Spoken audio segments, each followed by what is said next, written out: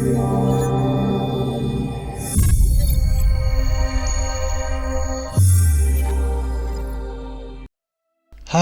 and welcome to my channel. In this second part of general cat care, we will show you one more important thing about cat care and two preventive measures that are more important if you have indoor-outdoor cat or just outdoor cat, especially if you live in the countryside. The first thing we consider as general cat care is trimming your cat's nail. You have to know that there is no need to trim your cat's nail, as they do that by themselves scratching other things. But it also depends on your cat's lifestyle. Do you have an outdoor or indoor cat? For an indoor cat, having a scratching post allows daily self-maintenance. However, if your cat tends to sharpen his or her claws everywhere in your house, you can shorten them so they will cause less damage to your furniture. An outdoor cat does that in nature by scratching trees, but even though our cats are indoor-outdoor cats, we are trimming their nails from time to time, more during winter, when they are in the house almost all the time, and in this way we keep their nails clean and ready for indoor life, but also we protect our furniture, which they never damage it, at least for now. We also have 3 scratching posts in 3 different parts of the house.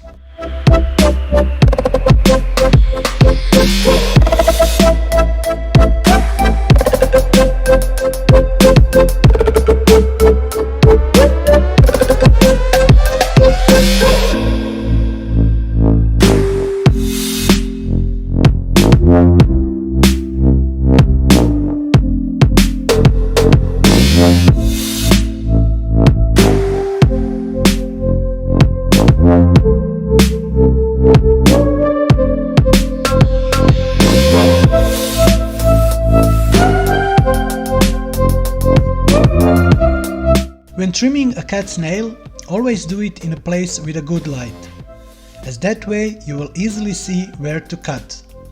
You need to cut over the pink part of the nail. The pink part of the cat's nail, called the quick, is where the nerves and blood vessels are, and it will hurt your cat and it will bleed if you cut there.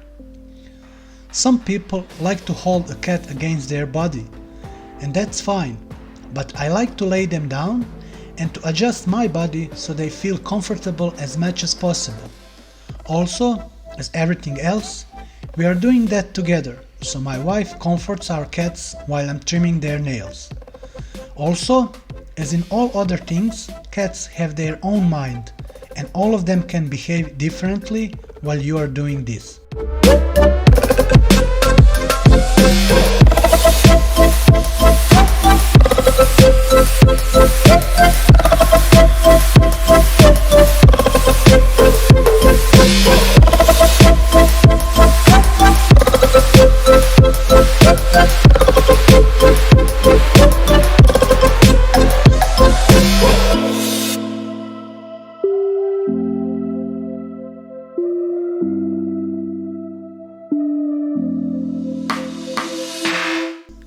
Another thing we would like to mention are medications that are more necessary for cats that live or go out of the house. The first is really important if you live in a region where there's a lot of ticks. Ticks are parasitic arachnids that can transmit various diseases, both to your cats and to the owners themselves, so it's really important to protect cats and therefore yourself. In Finland's forests, at this period of year, there are a lot of them, so from March to September we use tick prevention medicine for cats. There are many different products, but in this video, which was taken in early April, we used a Flerken vet, which is not the best. So the last one we bought and used was in May, and it was Frontline vet. But unfortunately, still from time to time I can find one tick on my cat. If you know some more efficient ones, feel free to write in the comments section below. These medications usually last for 4 to 5 weeks, after which they need to be re-administered. The application is usually the same, but of course always read the instruction. In our case, the medicine is in an ampoule containing the liquid to be applied on the area on your cat's body, which it will find difficult to lick. The best spot to choose is right between the shoulder blades, near the back of the cat's neck. Carefully part your cat's fur so that you can easily access the skin with the nozzle of the ampoule. Gently squeeze the entire contents of the ampoule on your cat's skin. It's important that you don't just apply to the fur, as it will not work properly. Make sure that the liquid does not come into contact with your hands, so it's advisable to wear gloves.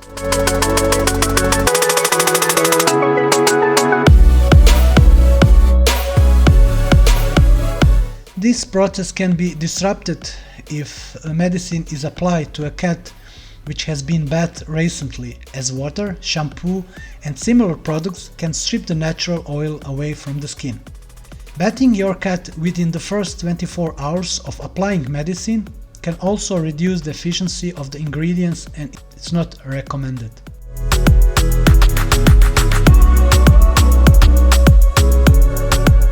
Another thing is the problem with the intestinal parasites, or how many like to call them worms. There are various types of worms, and some of them are really dangerous to your cat's health and can even be dangerous to your health. So it's really important to prevent your cat from getting them. It is much easier for your cats to get parasites than you might think.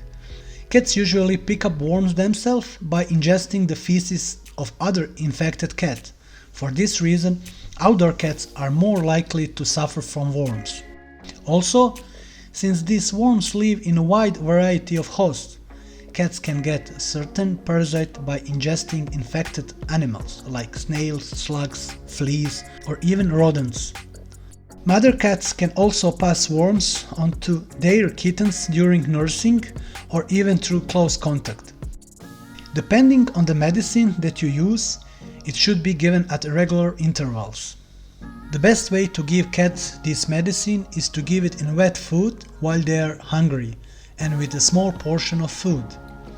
This way you will be sure that your cat has taken the full dose of the medicine, and the dose of the medicine is usually given based on your cat's weight.